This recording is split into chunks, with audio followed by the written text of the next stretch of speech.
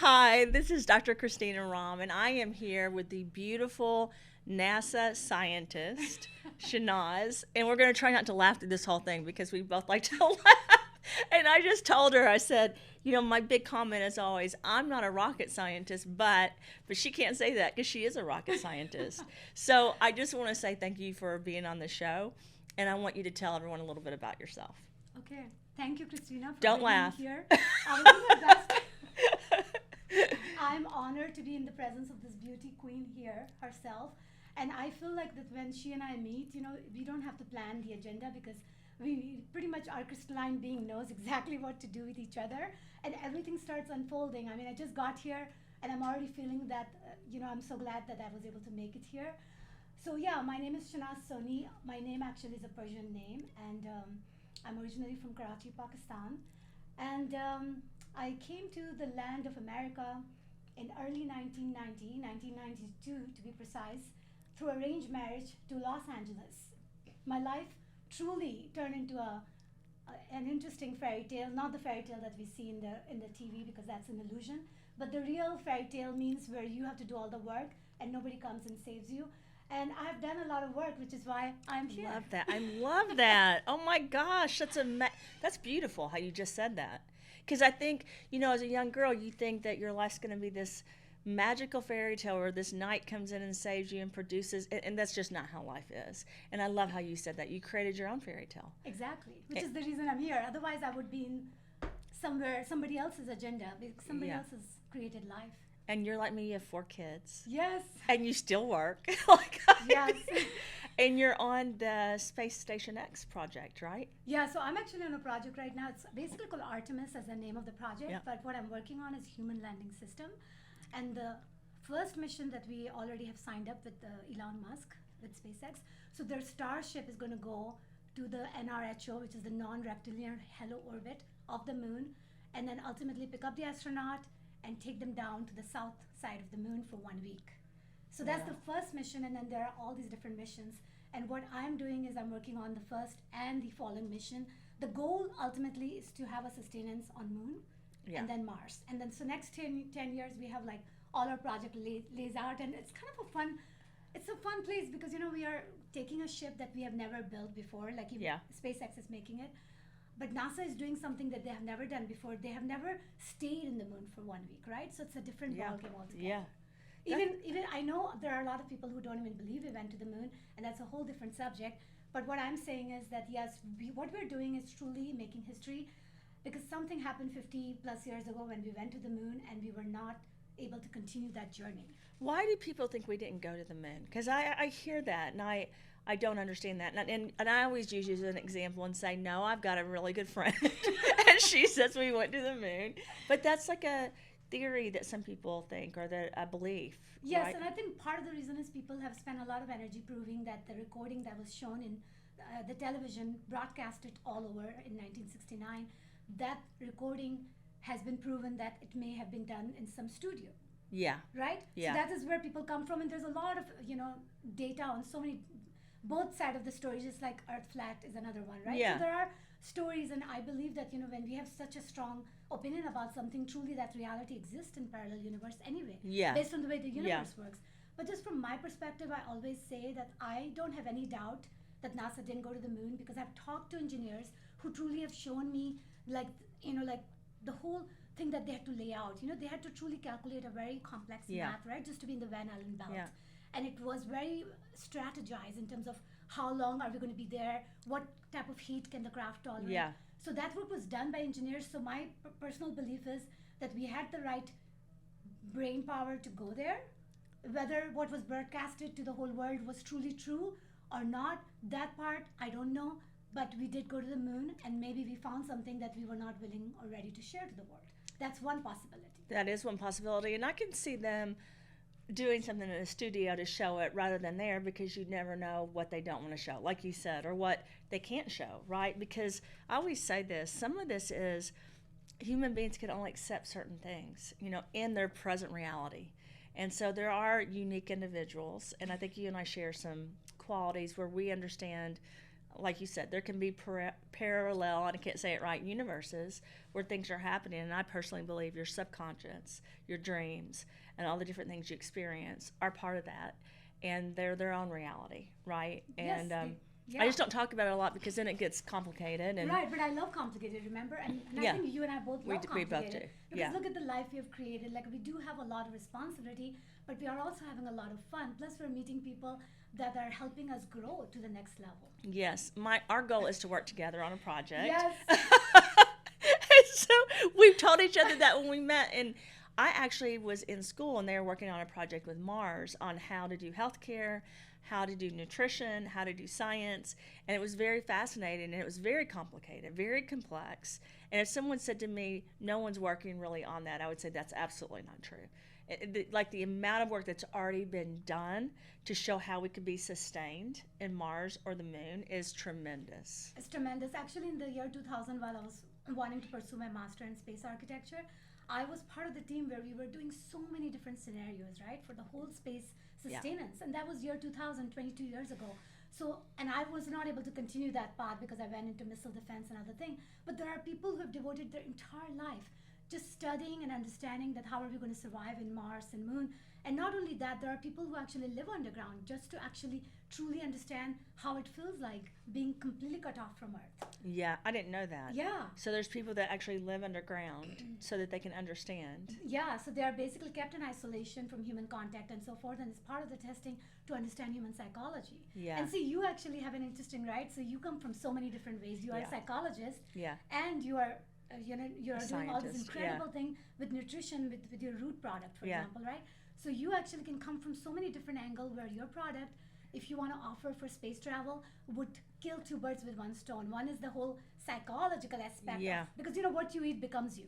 Oh yeah, and that's one of the things. That's a great point because I was a psychologist, but then I became a nanobiotechnologist, and my whole thing is psychology plays such a huge part into any type of science, because you could have the best technology and innovation ever, but if people can't handle what they're going through, then they can't survive. That is right? True. That is true. And I think part of the success of the aeronautics team is figuring stuff like that out. You can't leave that component out. Oh, 100%. And think about they're living in isolation, right? Yeah. They're completely cut off. And when you go to Mars, your chances of coming back is also very low. Yeah. So you have not just cut off. Yeah. You are actually saying goodbye to the life that you knew once. Yeah, right? they have them say goodbye, right? Just in case. Yeah, exactly. So, and then the very fact that you're with the same people the whole time. I mean, just imagine, I always joke about the fact that if we can all make our own clone and decide to live with our own clone, we're going to have a hard time with that.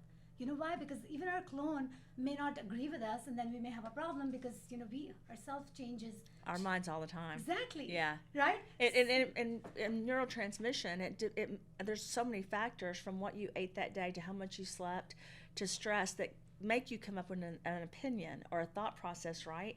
So that's like when we were cloning animals. It's just you can't duplicate that first animal, right? That is true, and you actually know exactly what cloning does in terms of it's not an exact replica. There are because it's almost like when you make a copy of DNA and the RNA making a copy. Right? Yeah. When it keeps making a copy, the quality is getting degraded in the process. Oh yeah, it's like making copies on a copy machine. I explained this to someone because I really? also So was involved with bioprinting. Like bioprinting when you make an arm, like you can start. But the problem is there's so many issues that can occur while you're bioprinting, like an arm or a leg, or you can bioprint a brain. Like you can actually make a brain to be happy all the time. But the problem is there's glitches in that, and there's things that can happen, and it deteriorates. It's like when we use transplant, right? You can transplant something into someone else, but the issue is it will start necrosis. It will start killing itself because it's not naturally made. I know that sounds ridiculous, but it's what happens. Because it's all about integration, right? Yeah. And integration can never be 100% perfect with something that was not there originally. You're right. I mean, that is just a fact of life. I try to explain that to people because you've got parents that would love to clone a child that died, right? Or that would love to clone an animal. And I tried to explain, there was that movie by Stephen King about the cats they would bury and they would come alive.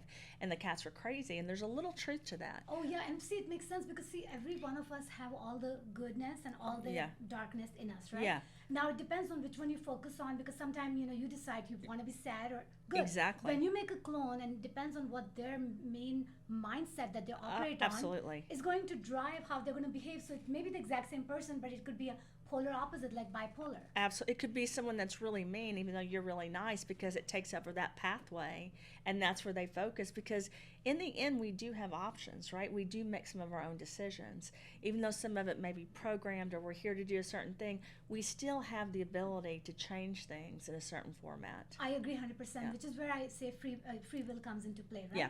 And I'm assuming that the clone has some level of free will. Now, I don't know. They do. That you can cause certain chemicals to happen so that the person doesn't get as sad, but you can't completely erase the ability for that person to feel. There are some studies. And I'm where glad that that is the case. You know why? Because there are certain things, it's almost like you have to go and one extreme, right, to Yeah. truly understand the other extreme. Yes. So when you and I have both gone through a physical journey, we both have gone through diseases that were very much like life-threatening, and we were low in that basement, right, in the darkness of pain and suffering. I mean, to the point where there were times in 2019, I was really praying that if I'm going to live like this, I'd rather not. And I don't want to be a burden on anyone, so please just help me transition this world. I've been there before. Right? I've been there So you before, understand and that. not in a sad way. Just that this isn't what so I'm. be practical, because Yeah. we truly want to, because we want to be here doing our work. And if we can't, we then don't want to waste our time, no, and no. or anybody else's for that matter. right. So no, I think you're one of the few people that think like me about that. That's how I honestly think. No, I actually. And I even think if people aren't here to do something good that's going to further society, what is the purpose? Like, I really, even with my own children, I've said, you're here for a purpose, and you need to fulfill that purpose, because otherwise, what is the What is why, the worth of living? To Yeah. me, like, that's the thing, right? That and I don't mean that in a dark way. I No, just no, mean no. it, and I really, people need. There's only one. They're here. there's to a reason fulfill- we are here. Yeah. And we all have a calling, and we just have to start taking that one tiny step, and then the rest starts happening. Like And you I wrote a have done. book. You wrote Yes. a book.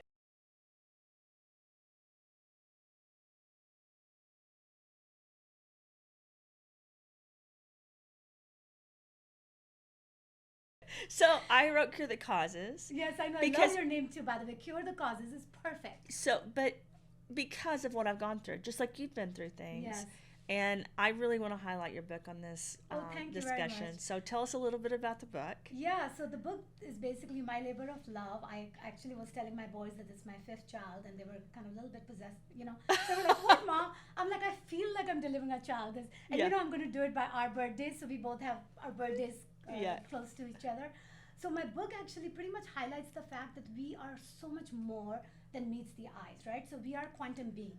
We are way better than any rocket I have personally worked on, and we are way better than any other technology that's out there. It doesn't matter what type of craft it is, because we human craft have the power within us.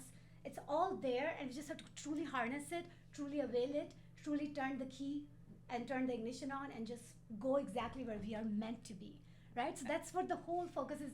Like, I treat like our body as a human craft, and then I go into a little bit of explaining my the first 4 chapter. I call it the soul recognition, which is where I recognize that I'm in this limited vessel, like genie in the bottle. Yeah. And then now I know all my constraints. I know the people surrounding me, and of course me having to attract a life where I was born in a very conservative Orthodox Muslim, right? Yeah. With the dad not wanting to go to school. I mean, extreme. Like I had to put myself in an extreme situation just because so I can. You know what they say, right? The pressure is what makes diamond, right? Yeah. So I had to just endure all that because there was, and that's actually kind of connects with what I was saying earlier, is if you take away some challenging things from even the clone or even whatever you create, then what happens? They don't truly understand what it takes to get there. No. Because what makes, what gets us here today is what's going to keep us here. Oh, absolutely. It's like I did a talk earlier today with an actress, Lord. She's a beautiful person, and she was telling me about the dogwood tree. And I'm sure the dogwood tree doesn't bloom unless it has the harsh conditions of winter. And if it goes through the harsh conditions, then it blooms this beautiful flower, right? And I think a lot of us are like that. As much as we don't want to go through hard things, you really can't get the beauty out and what the mission is until you go through things that are not just easy, because it would be like saying you're going to create a rocket ship like this without any trouble, or you're going to create a human being that fulfills their mission without any trouble. Exactly. It doesn't work. And I agree with you. That's a great way to say it. Like, we are the most dynamic rocket ship there is, right? But we could just sit still and never take off. That is true. And that's what I'm actually doing with my book is I'm helping people first understand that why I think like that. So there are the foundation, right, which is soul recognition. And then in the second part of my other 4 chapters, I actually explain that what truly, there are universal laws at play. Yeah. Like Newton's third law of motion, and I know people keep it to physics, including my boys sometimes when I argue. And I say cause and effect is at play in everything. If Everything. I touch you here, Everything. and I say Yeah. I love you, it's going to affect you and it's going to affect me. Well, we even know if you hug someone for 20 seconds or touch them for 10 seconds, it impacts every cell in their body. And when people say that's not true, I'm like, it's 100% true. It's 100% It really true. is. And whether you acknowledge it, whether you agree with it, it doesn't change. It doesn't change. So to me, like that's all I do is I tell you all the things I believe are facts and law. And she's pretty smart. So that way you get the point that this is what my foundation I mean, she is a rocket scientist. I have a friend that's a rocket scientist. I feel pretty special.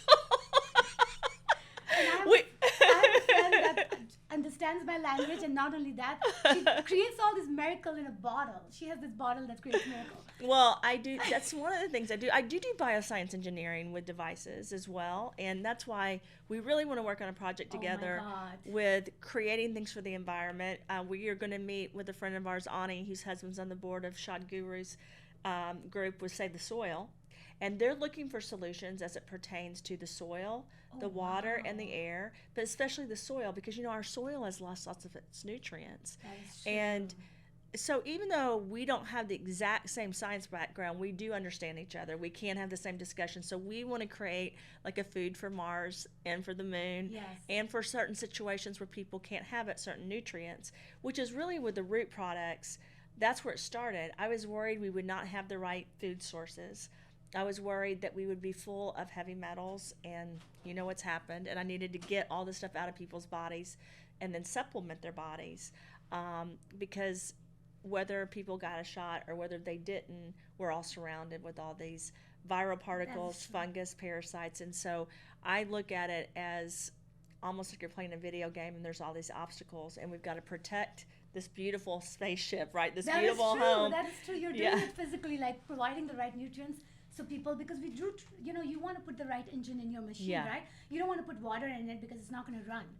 If it runs on kerosene, it needs kerosene. Right. And for us, we need all the goodness and the fact that your product basically gives everyone, actually first it helps eliminate what is not truly belonging in the body, because you don't want this constant, situation where you are constantly putting nourishment in, but it's not making it there because something else is taking it away. Absolutely. So you want to get rid of like all the what's the word, naysayer or whatever the word. Well, all the environmental stressors or heavy metals that shouldn't be in there. Because when you're born, you have more bacterial cells almost than human cells, and so like the recent product we just created is a mitochondria shield, and it helps with the NAD in the body, and it has quercetin and NAD. So every organism has NAD. So whether it's bacteria, everything living has NAD, and the problem is it's depleted. It's kind of like when a spaceship takes off, it's depleted in our bodies as we age. And so the truth is your longevity is attached to that, but it's something that scientists haven't studied for a long time. And that is a very interesting thing you just said, because like I work with flight article, right? So flight article means that we have made, let's say we have made a kill vehicle because it's a missile, it's going to get attached to it. It has like 15 years lifetime attached to it. So what you're talking about is it runs out. Wow. And so there's IVs you can take that help people. So they do a lot with addiction and CTE and cancer, autism. But you can actually take it every day and it will help replenish. It's just that you have to keep taking it. And it's extremely expensive, extremely hard to source and to work with, because the stability of it, because it's this energy source, right? That is true. The stability usually only lasts a little bit, and we were able to get a 2-year shelf life on it. Oh, wow. So that it lasts for 2 years and it can help people. So I'm going to give you a bottle while you're here. Because Shenaz, we're going to post a link of where her link is with Roots, because she's going to be working with us. And then also, she promised me she would work with me on the International Science Nutrition Society. Yes. So we're creating a code for her to bring in other scientists and to work with us. And so I want to invite you to be on our board. Okay. We meet like once a month, once a quarter, and I'd love to have you as an addition on the board. Oh, I'm so because excited. you would be an advisor and help us really grow from a scientific perspective. We don't have another rocket scientist on the board. There's not a lot of them out there. They're not ringing. They're not calling my phone every day. Well, I think that we were meant to meet, and we were meant to collaborate. And we have to thank Sasha Stone for helping us meet. I love Sasha. Initiative. Yeah. And so, yes, Sasha, if you are listening to us, we say hi to you. And we're grateful for our reunion, because I felt like when we met, actually, it was a reunion. It was more like we knew, like our soul recognized each other. Absolutely. And she doesn't know this, but she gave me this necklace, and I love that necklace. Oh, I so wear glad. it all the time. It makes me think of you, and it makes me think of the positive energy we're both trying to give back, and I think Sasha is the center of that. Like I always tell people, he's a very strong, energetic force. Yes, he's definitely he's the closest John Holt we have. So, Atlas Shrugged, by the way, if you ever get a chance, there are 3 movies on Prime Amazon, and also a book, Atlas Shrugged, which kind of really highlights. What is it? Atlas Shrub. Atlas Shrub. Atlas, and the shrug is SHRUGGED. It's like a novel. It's a very amazing novel, and yeah, you would love it. And it reminds you of Sasha? No, it reminds me, basically, yeah, they show one of the guy who ultimately creates a new earth for everyone. Yeah. And right now, Sasha Stone is the only thing that I have run into. What they show as John Holt, he's actually a scientist who creates the community in Atlas Shrugged. And to me, like, I think that you would love the whole concept where you actually are, it's almost like a parallel earth. Because in the movie, they don't show parallel earth. They show like this thing that's completely in a different electromagnetic field signature, so nobody can ever recognize I watched it. the movie or the show you told me about the town. Eureka! Oh my Yeah. God! So we want to create that too. So all of these things, just for the viewers, if you're not familiar with any of these terms, the concept is these shows kind of give us a little peek into how heaven and earth would look like with someone who wants to converge technology, so we can have technology at our benefit, but at the same time, you live with the love that community feeling has, like where everybody takes care of each other, which would be everybody amazing. Loves each other. There's not a competition. It's more like a Star Trek world where everybody has some skill and the other one benefits from it. So it's not like we're competing against each other, because we shouldn't have to. We shouldn't have and to. And that is the thing my book highlights, that everyone is unique, yet we all have part of the piece of the puzzle. So if you don't come together, then we can't create heaven and earth, because heaven is incomplete just by one person there and not everybody else there. Yeah, you have to accept and love people for who they are, for their piece, right, of the puzzle. I always say that we're imperfect pieces to a perfect puzzle. That is true. Yeah. That is true. And if everybody can at least do the part that they need to do, right, which is what I highlight in the book, is like just like you are showing up for yourself, you're working hard, you're doing everything. I'm doing my best, and I know there are a lot of people who are actually listening here is doing their best. We just have to keep multiplying this so we can create the 100 monkey effect. Yeah, we do, and you've done such an amazing job of giving your life and your energy in this life to the mission that you're supposed to do, really. Yeah. And I think there's so few people that accept that they're that important and that they have to do it. You could have just given up when you came here in an arranged marriage. That's true. And just said, you know what, I'm not happy, my life didn't end up how I wanted, but instead you learned from that and became this strong, beautiful woman. I knew you were always a strong, beautiful woman. Do you know what I mean? I have to ask this question. I'm getting off topic a little bit. I do want to make sure we put the link for the different things you're doing, your book, the International Science Nutrition Society, because we want people to join that want to learn about science and nutrition. That's and then idea. Also for the link for the root stuff. But I want to ask, so when that happened, did you go through a period of depression? Did you go through a period of being upset when you came here and everything fell apart when you came here? That is a very good question, by the way, because whatever reason, because I'm all about solving the problem, right? Yeah. Even though I am one of those people I'm very passionate about everything I do, including crying. Yeah. Right? So the point is that I express. Because I don't hold back like a volcano. No, you don't. Otherwise it would erupt like a volcano. Yeah.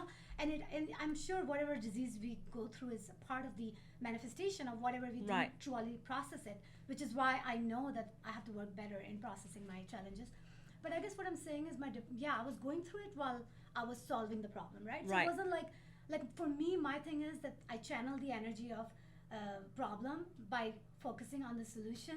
And I think that is kind of a good way to feel like you're doing something about it. Even if it's something that may not give you the result. It took me 1 year to truly acclimate myself to LA environment, right? And the whole living in a whole different planet with different people, right? Because they look like different species to me. Yeah. Coming from, like I had only seen my type of people. Yeah, yeah. So that jump and then all the integration was very telling for me. And I think after doing that, I feel like I have felt empowered. Like right now, I feel like that was a very large test, and I think I can pass other tests.